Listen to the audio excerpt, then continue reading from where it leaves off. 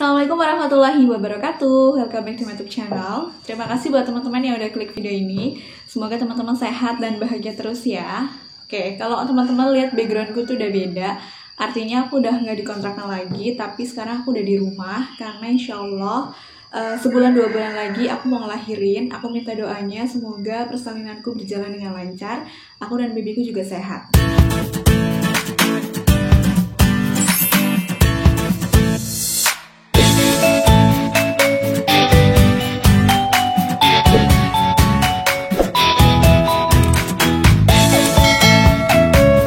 Pada video kali ini aku mau sharing tentang kehamilanku di trimester kedua. Karena pertama aku udah sharing yang trimester pertama. Kalau teman-teman belum lihat, boleh cek video yang ini atau klik link yang ada di description box. Mungkin teman-teman bertanya-tanya kan, apa sih yang terjadi di trimester kedua selama kehamilan? Di sini aku mau sharing, so buat kalian yang penasaran, keep on watching. Yang pertama aku mau bahas dulu soal mual muntah. Alhamdulillah di trimester kedua ini mual muntah udah sangat-sangat berkurang.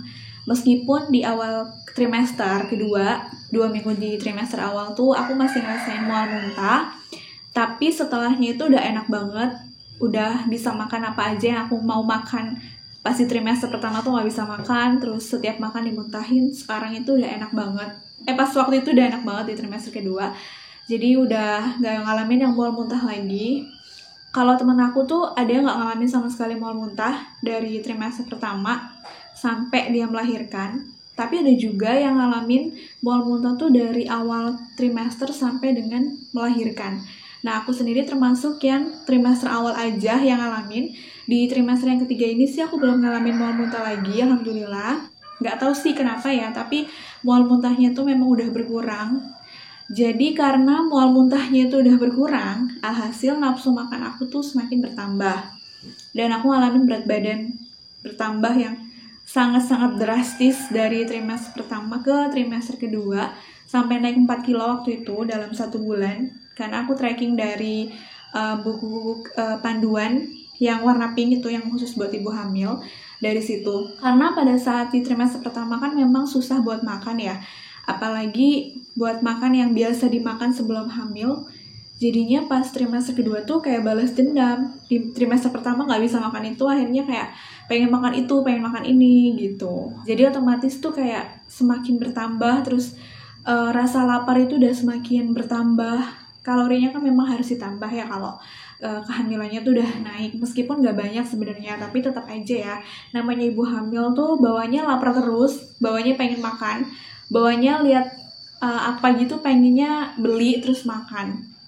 Nah di trimester kedua ini yang enak lagi tuh kita udah tahu nih jenis kelamin dari anak kita. Sebenarnya waktu itu aku udah dicek jenis kelaminnya tuh pada saat usia 16 minggu kalau nggak salah. Itu kata dokternya tuh cowok. Terus USG berikutnya 18 minggu dokternya juga bilang cowok. USG 24 minggu dokternya juga bilang cowok. Jadi pasti penasaran dong ya buat para orang tua nih yang baru terus USG dan pengen tahu gitu jenis kelaminnya apa, bisa diketahui di usia trimester kedua. Selanjutnya di trimester kedua ini kita udah bisa ngerasain yang namanya gerakan janin. Jadi aku ngerasain yang bener-bener aku merasa ada gerakan itu pada saat usia 4 bulanan ke atas kalau nggak salah. Pas awal-awal itu kayak ada kedutan, terus kayak ada yang plung gitu. Kalau lebih kerasa lagi itu usia 5 bulan, itu udah kerasa kayak gerakan dia muter atau apa gitu, aku udah ngerasain sih. Karena aku lumayan sensitif, biasanya katanya kalau ibu pertama hamil itu dia nggak sensitif sama gerakan bayi. Tapi karena aku sangat menanti hal itu, jadi kalau ada apa-apa di perut tuh kayak pengen tahu itu tuh apa, terus itu gerakannya apa bukan gitu. Jadi aku lumayan sensitif, lumayan ngerasain. Terus juga kayak karena nanti mungkin ya menanti-nantikan gerakan, jadi selalu memantau gitu. Terus kerasa lagi itu pada saat udah akhir trimester kedua itu udah kerasa banget. Karena kan dia tulang-tulangnya tuh udah lebih kuat, otot-ototnya udah lebih kuat ya.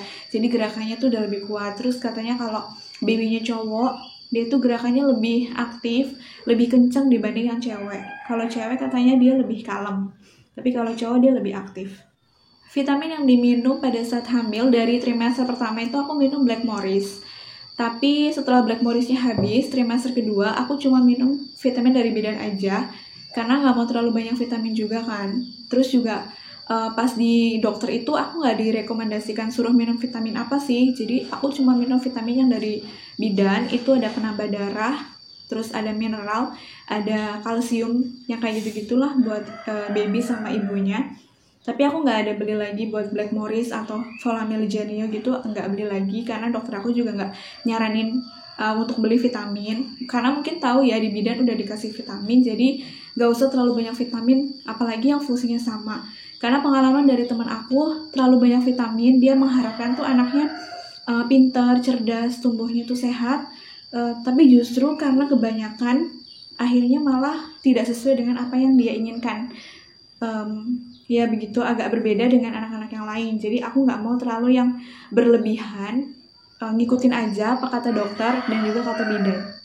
Stretch mark, kalau stretch mark sendiri alhamdulillah aku di bagian perut tuh nggak ada stretch marknya sampai sekarang di trimester ketiga, tapi munculnya itu di bagian paha yang bagian atas.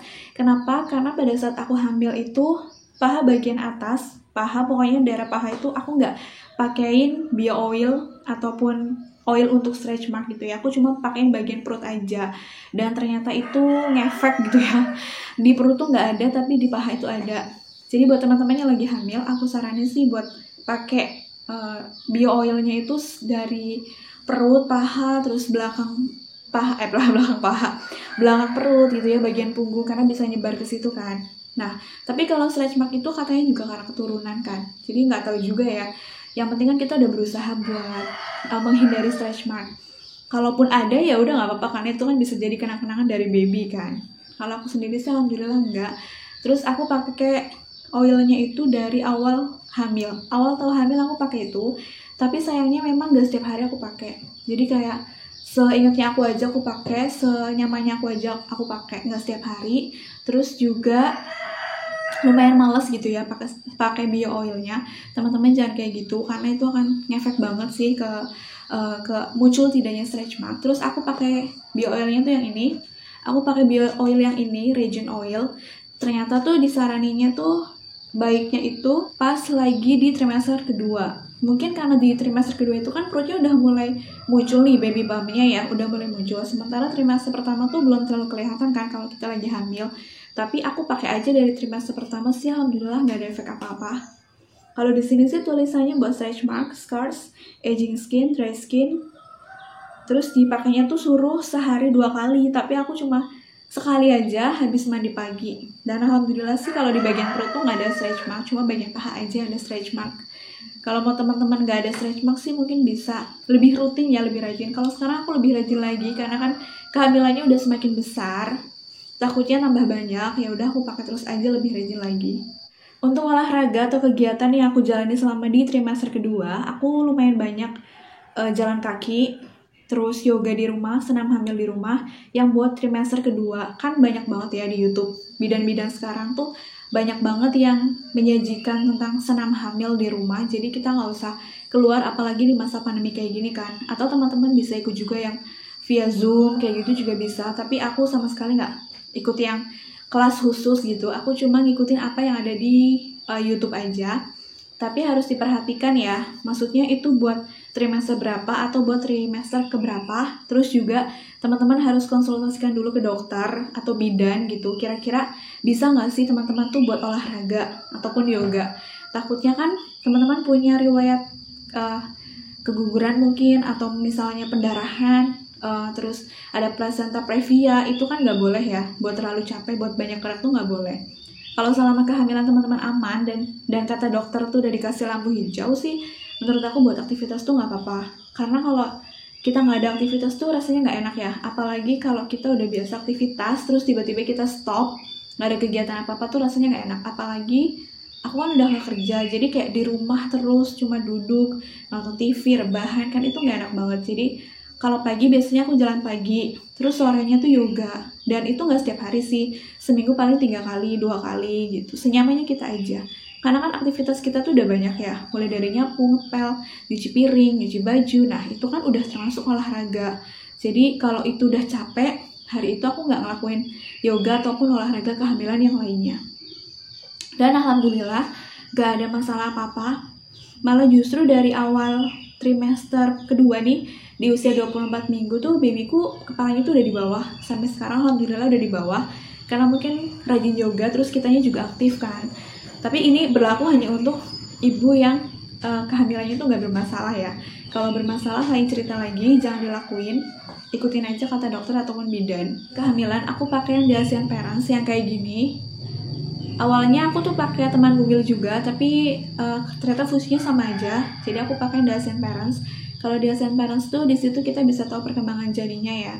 Mulai dari hari per hari, minggu per minggu gitu. Terus juga apa sih yang kita alami gitu pas lagi di usia segitu. Terus di sana juga ada kayak nutrisi yang bagus, makanan, terus obat, apa yang boleh, apa yang nggak boleh, aktivitas apa yang boleh dan nggak boleh juga, terus rekomendasi skincare. Udah gitu di sana ada forum diskusi buat para ibu-ibu. Misalnya kita mau nanya apa nih, kita tinggal tanya, nanti biasanya direspon gitu sama ibu-ibu yang lain. Jadi kayak tempat diskusi gitu. Aku sih nggak sering nanya ya, paling aku lihat dari yang udah ada aja, karena mereka tuh pada sharing-sharing gitu, dan di situ sih ilmunya lebih bermanfaat. Tapi menurut aku jangan terlalu sering, karena itu bikin kita jadi panik. Karena kita jadinya tuh parno, nanti takutnya tuh kita ngalamin hal yang sama kayak gitu ya. Jadi menurut aku kalau misalnya lihat di Asian Parents itu cuma buat lihat apa sih yang terjadi di babyku di kehamilan usia segitu, dan apa yang aku alami juga di kehamilan segitu. Suntik tete, ya aku suntik tete sih, karena kan di bidan ya, jadi bidannya tuh rajin buat suntik tete. Suntik tete 1-2 aku udah alhamdulillah. Terus suntik tete yang ketiga ini nanti di trimester ketiga. Dan menurut aku sih nggak ada efek apa-apa ya. Maksudnya efek yang jelek itu nggak ada. Cuma kalau efek yang baiknya tuh aku kurang tahu juga sih. Itu kan kayak buat menghindarkan kita dari penyakit-penyakit kelamin kayak gitu kan. Apalagi kalau kita mau melahirkan atau kita berhubungan pada saat kita hamil, itu kan juga rawan gitu. Takut ada infeksi atau penyakit di baby kita gitu. Jadi aku tetap ngelakuin suntik tete. Tapi banyak juga teman aku yang nggak ngelakuin suntik tete, itu ada juga yang kayak gitu. Terakhir adalah skincare. Jadi pada saat aku hamil sih, aku males banget dandan, males banget skincarean. Jadi aku bisa dihitung pakai skincare tuh berapa kali. Pas awal-awal hamil itu kayak aku pakai produknya dari Wardah, itu juga kayak sehari 2 hari aja. Ini setiap hari tuh aku pakai skincare gitu, makanya buluk banget dan kusam banget. Karena bawaan bayi kan ya, males ngapa-ngapain, males mandi juga, males skincarean, apalagi males dandan. Jadi kalau aku dandan tuh ya pas buat tag video aja. Selebihnya aku nggak pakai skincare apa-apa. Tapi buat teman-teman yang mau pakai skincare, bisa diperhatikan ya ingredientsnya tuh apa aja, karena takutnya berbahaya buat baby kita. Lebih baik sih menghindari dulu kan ya selama 9 bulan demi keamanan bayi kita sendiri, daripada terjadi apa-apa. Bahkan kayak misalnya kalau teman-teman mau warnain rambut itu juga kan nggak boleh, karena kan bahan kimia ya. Dia takutnya keserap ke badan, terus lewat plasenta akhirnya ke baby kita, malah terjadi hal-hal yang kita nggak inginkan. Gak apa-apa lah kita redam ego kita dulu ya buat baby kita selama 9 bulan. Yang penting dia nanti lahir sehat, selamat, gak ada kekurangan suatu apapun. Dan itu aja sharing aku kali ini untuk kehamilan di trimester kedua. Semoga ada manfaat yang bisa diambil dari videoku. Jangan lupa buat yang belum subscribe dulu channel aku, like video ini, komen di bawah, dan juga share ke teman-teman kalian, supaya video ini bisa bermanfaat juga. Terima kasih udah nonton sampai habis. See you on the next video. Wassalamualaikum warahmatullahi wabarakatuh. Bye-bye.